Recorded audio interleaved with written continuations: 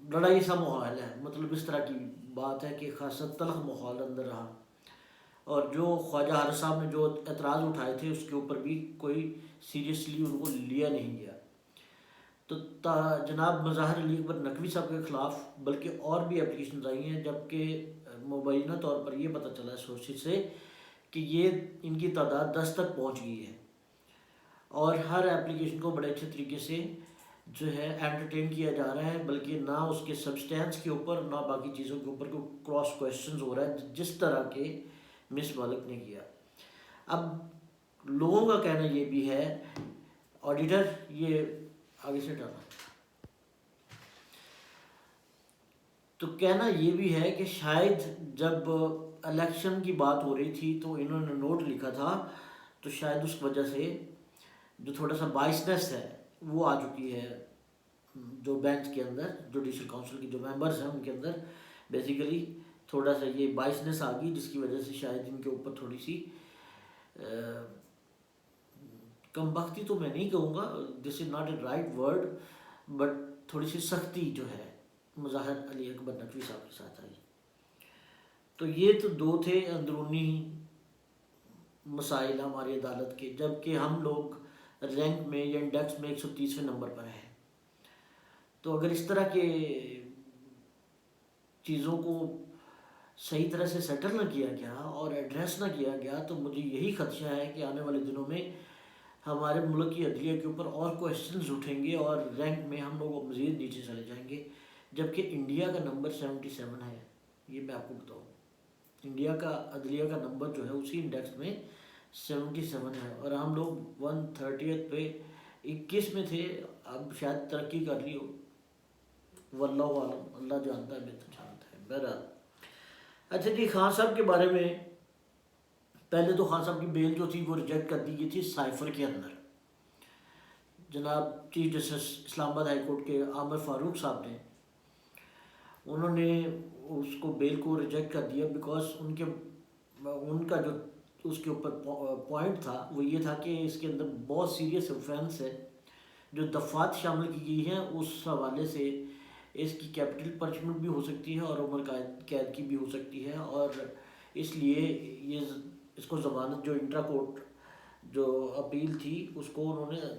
درخواست کو جو تھا وہ انہوں نے ریجیکٹ کر دی ضمانت کی۔ کل پھر اسلام آباد ہائی کورٹ کے 2 ججوں پر مشتمل بینچ میں انٹرا کورٹ اپیل کو قابل سماعت رکھا گیا، اور انہوں نے اپنا جو ریزروڈ ورڈکٹ تھا اس کو سناتے ہوئے یہ بتایا کہ 29 اگست کو جو نوٹیفیکیشن جاری ہوا تھا اس نوٹیفیکیشن کے مطابق جو ٹرائل ہے خان صاحب کا وہ جیل میں ہوگا because of the security issues, اور جب جیل میں ٹرائل تھا جس میں میجر جو کیس تھا وہ سائفر کا تھا، اور اس کے ساتھ 190 ملین پاؤنڈ کا جو کیس تھا نیب کا وہ بھی وہاں پہ چل رہا تھا، اس کا ٹرائل بھی وہاں پہ چل رہا تھا۔ اب چونکہ وہاں پہ ایکسیس نہیں تھی سوائے وکیلوں کے، اور باقی کیا ہو رہا ہے اندر یا کیا حالات ایسے ہو رہے ہیں، کیونکہ عمران خان صاحب باقی تمام کیسز کے اندر تو باہر جاتے رہے نا جب تک وہ ضمانت پر تھے، اور تمام جگہ پہ وہ جوڈیشل کونسل جو G11 کے اندر ہے وہاں پہ انہوں نے تقریباً کوئی میرا خیال سینکڑوں پیشیاں وہاں پہ بھگتی ہوں گی۔ تو اب سیکیورٹی کے شاید اور زیادہ مزید کوئی مسئلے آگے ہوں کہ ان کے پاس ظاہر انفارمیشن کو انٹیل ہوگا، جس کی وجہ سے وہ انٹیلیجنس رپورٹس کی وجہ سے انہوں نے وہاں پہ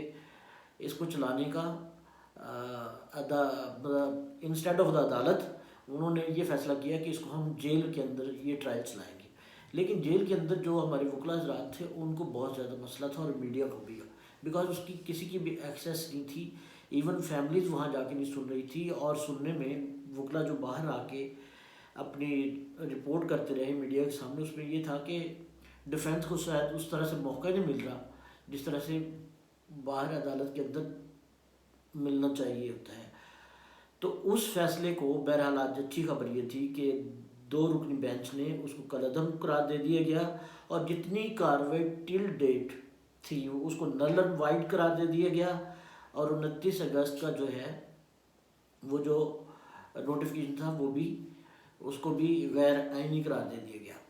لیکن بہرحال انہوں نے جو جج کی تعیناتی تھی کہ وہاں جو جج تعینات کیا گیا تھا جو سائفر کیس کو سیکرٹ ایکٹ کے مطابق سن رہا تھا وہ انہوں نے درست قرار دی. خیر اب یہ کیس جو ہے وہ G11 میں جو جوڈیشل کمپلیکس ہے اس کے اندر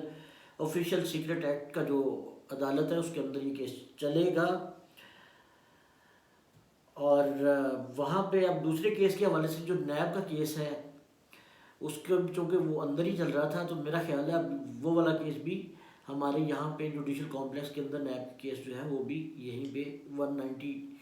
ملین پاؤنڈ والا جو کیس تھا وہ بھی یہاں پہ چلا گا.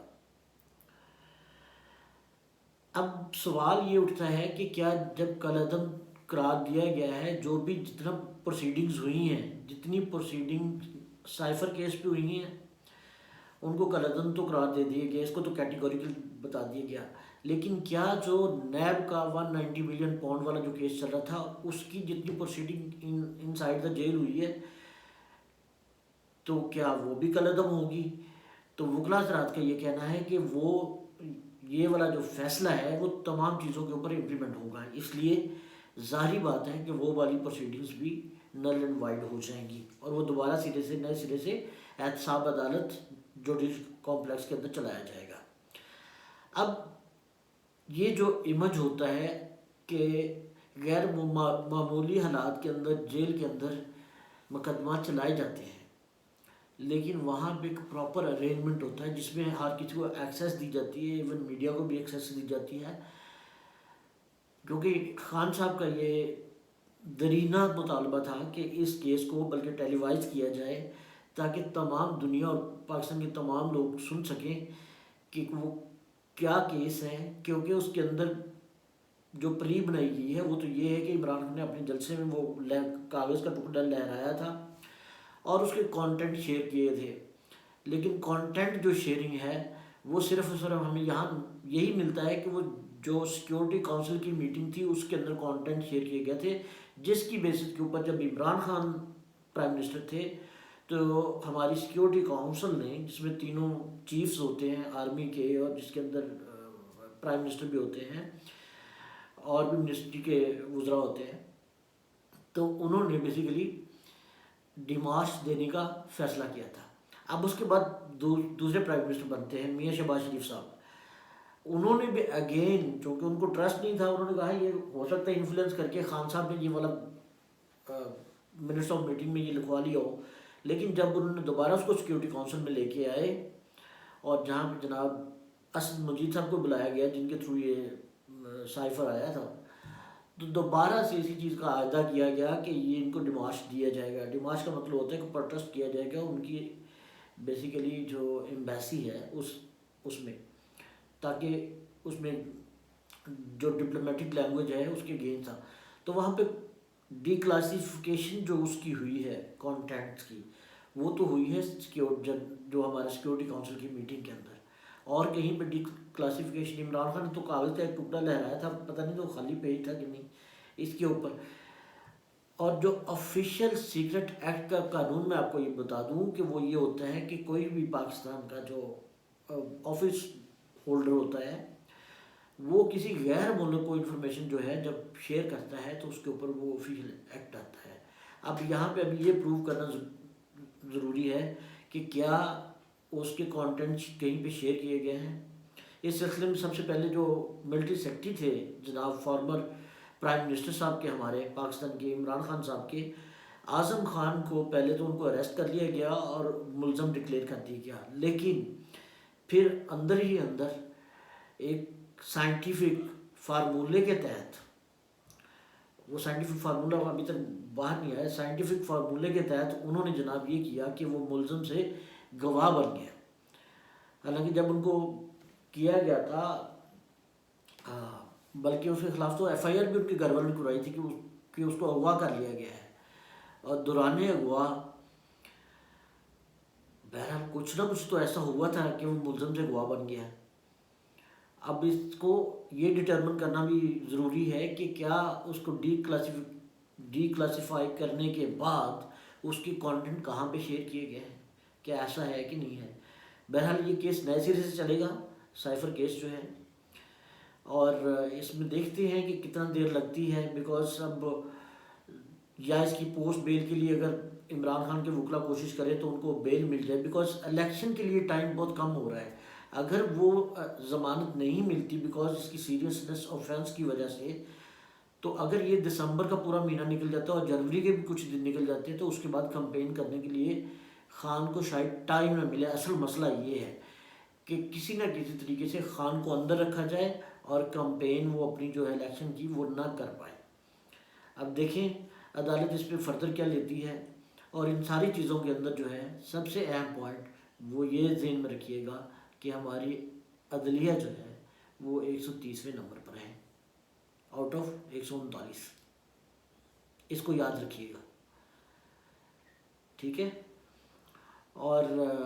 باقی اپڈیٹ انشاءاللہ جیسے جیسے اس کے اوپر آئے گا، اب کیس نئے سے شروع ہوگا دوبارہ، کیونکہ عدالت کے اندر تو جو اس کے اندر تھا وہ تو بڑے سپیڈ سے چل رہا تھا، اس کو تو بڑا اس کی پیس بہت زیادہ تھی، لیکن اب لیٹ سی۔ خیر اینی ویز آپ کو فردر جو ڈیولپمنٹ ہوگی اس کے اوپر اپڈیٹ میں دے دوں گا، لیکن یار اس کو سبسکرائب کرتے ہوئے کیا ہوتا گیا ہے، نیتا ٹائم کہتے ہیں نا، جو ہمارے نیتا ہوتے ہیں، نیتا سے مراد جو ہمارے لیڈرز ہیں، وہ جب وعدے کرتے ہیں نا تو بڑے بڑے وعدے، بلند و بانگ وعدے کرتے ہیں عوام کے لیے، اور لگتا ہے بڑا کچھ ہو جائے گا، لیکن اینڈ پہ جو ہوتا ہے وہ شاید آدھے کام بھی نہیں ہوتے۔ تو اس لیے آپ لوگ بھی نیتا ٹائم کام نہ کیا کریں، آپ ویو کرنے کے بعد آدھ میں چھوڑ جاتے ہیں، تو یہ ایسا نہ کریں، کیونکہ میں نہیں چاہتا کہ سارے لوگ نیتا ٹائپ بن جائیں۔ سبسکرائب کر لیے کریں، بہت شکریہ آپ کا۔